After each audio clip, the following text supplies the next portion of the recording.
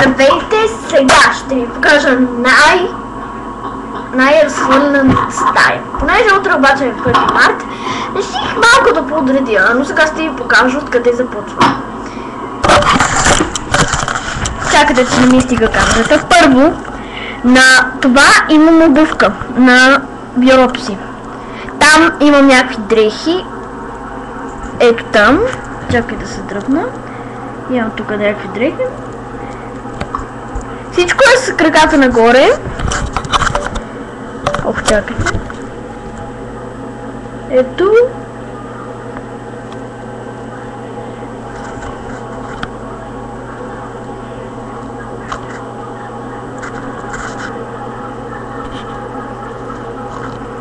Ето там.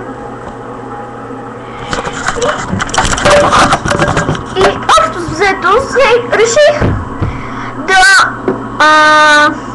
да презапиша, да си подредя стаята. И тук някакви сте.